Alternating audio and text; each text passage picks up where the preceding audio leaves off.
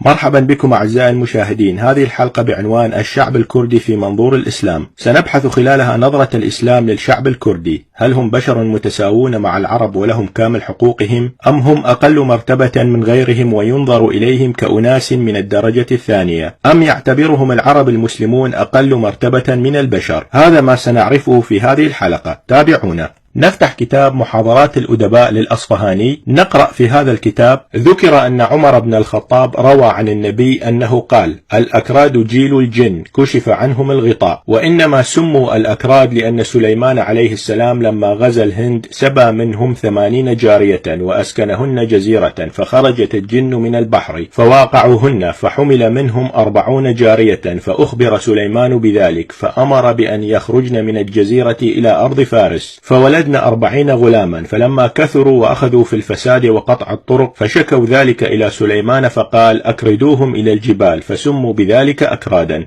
نفتح أيضا كتاب مروج الذهب للمسعودي. الأكراد ونسبهم ومساكنهم. ومن الناس من ألحقهم بإماء سليمان بن داود حين سلب ملكه ووقع على إمائه المنافقات الشيطان المعروف بالجسد، وعصم الله منه المؤمنات أن يقع عليهم، فعلق منه المنافقات، فلما رد الله على سليمان ملكه ووضع تلك الإماء الحوامل من الشيطان قال: أكردوهم إلى الجبال والأودية، فربتهم أمهاتهم وتناكحوا وتناسلوا، فذلك بدء نسب الأكراد. نفتح كتاب الكافي للكليني الجزء 5. باب من كره مناكحته من الأكراد والسودان وغيرهم. قال لي أبو عبد الله: ولا تنكحوا من الأكراد أحدا فإنهم جنس من الجن كشف عنهم الغطاء. نفتح أيضا كتاب تهذيب الأحكام للطوسي الجزء 7. عن أبي الربيع الشامي قال: سألت أبا عبد الله فقلت: إن عندنا قوم من الأكراد وإنهم لا يزالون يجيئون بالبيع فنخالطهم ونبايعهم، فقال: يا أبا ربيع لا تخالطوهم، فإن الأكراد حي من أحياء الجن كشف الله عنهم الغطاء، فلا تخالطوهم. نفتح أيضا كتاب النهاية للطوسي. يقول: ولا ينبغي أن يخالط أحدا من الأكراد ويتجنب مبايعتهم ومشاراتهم ومناكحتهم. نفتح كتاب الجامع للشرائع للحلي. يقول: ويكره مخالطة الأكراد ببيع وشراء ونكاح. نفتح كتاب رياض المسائل للطبطبائي الجزء 8. وفي الخبر أن عندنا قوما من الأكراد لا يزالون يجيئون بالبيع فنخالطهم ونبايعهم، فقال: لا تخالطوهم، فإن الأكراد حي من أحياء الجن كشف الله تعالى عنهم الغطاء، فلا تخالطوهم.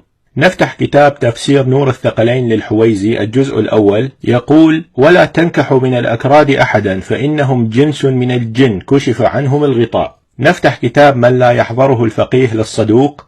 وقال عليه السلام لأبي الربيع الشامي: لا تخالط الأكراد فإن الأكراد حي من الجن كشف الله عز وجل عنهم الغطاء. نفتح كتاب شرح المختصر النافع لجمال الدين الحلي الجزء 3.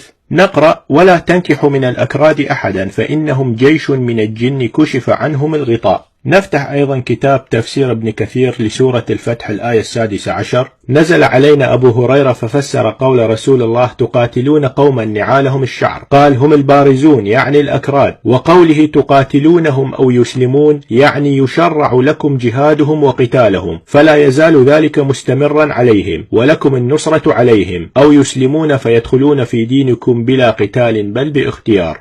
فبعد هذا الكم من الأدلة والمصادر ثبت أن نظرة الإسلام للشعب الكردي أنه شعب غريب لا يمت للجنس البشري بصلة، بل هم جنس من الشياطين ويمنع مخالطتهم والزواج منهم، بل ويجب قتالهم وجهادهم باستمرار حتى يسلموا ويخضعوا للإسلام. فأرجو من الأحباء الكرد أن تعيدوا النظر في هذه العقيدة التي أجبرتم على اعتناقها، فأنتم شعب عريق لكم تاريخ وحضارة تمتد لآلاف السنين، وليس لكم أي علاقة بدين عرب صحراء الجزيرة العربية، لذلك عودوا إلى تاريخ أجدادكم وتحرروا من قيود الإسلام التي استعبدتكم لقرون طويلة. شكرا لكم، ألقاكم في حلقات قادمة.